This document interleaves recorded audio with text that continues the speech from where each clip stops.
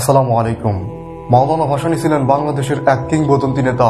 তিনি ছিলেন কৃষক শ্রমিকদের কাছে বন্ধু আর শত্রুদের কাছে ছিলেন এক ভয়ঙ্কর প্রতিবাদী মানুষ। তিনি তার জীবন দশায় 96 বছর বেঁচে ছিলেন।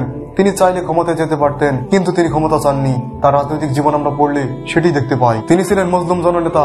আজকের যে আমরা আওয়ামী লীগ দেখতে পাই, সেই আওয়ামী লীগের প্রতিষ্ঠাতাও মাওলানা আব্দুল হামিদ খান ভাসানী। আসাম আন্দোলন, 47-এর দেশভাগ, 1952 সালের ভাষা আন্দোলনের সমর্থন, 1954 সালে যুক্তফ্রন্ট, 1957 সালে কাকমারি সম্মেলন, 1969 সালে গণঅভ্যুত্থান, 1970 সালে নির্বাচন বর্জন, 1971 সালে মুক্তিযুদ্ধে অবদান, মুক্তিযুদ্ধের পর বাকশাল বিরোধিতা এবং 1976 সালে 96 বছর বয়সে ফারাক্কা লং মার্চ। কোথায় অবদান নেই তার? তিনি তার জীবনে কত দলের সাথে সংযুক্ত ছিলেন, কত দল গঠন করেছেন, কত মানুষকে নেতা বানিয়েছেন এবং কত মানুষকে মন্ত্রী বানিয়েছেন, কিন্তু তিনি ক্ষমতায় যাননি কিংবা তিনি ক্ষমতা চাননি। তার রাজনৈতিক জীবন দেখলে এটা স্পষ্ট যে তিনি কখনো ক্ষমতার জন্য রাজনীতি করতেন না, তিনি রাজনীতি করতেন জনগণের কল্যাণের জন্য। আজকের রাজনৈতিক দলগুলোর এসব থেকে শিক্ষা নেওয়া উচিত। আজকে আমাদের বাংলাদেশে একটা মাওলানা ভাসানীর বড় অভাব।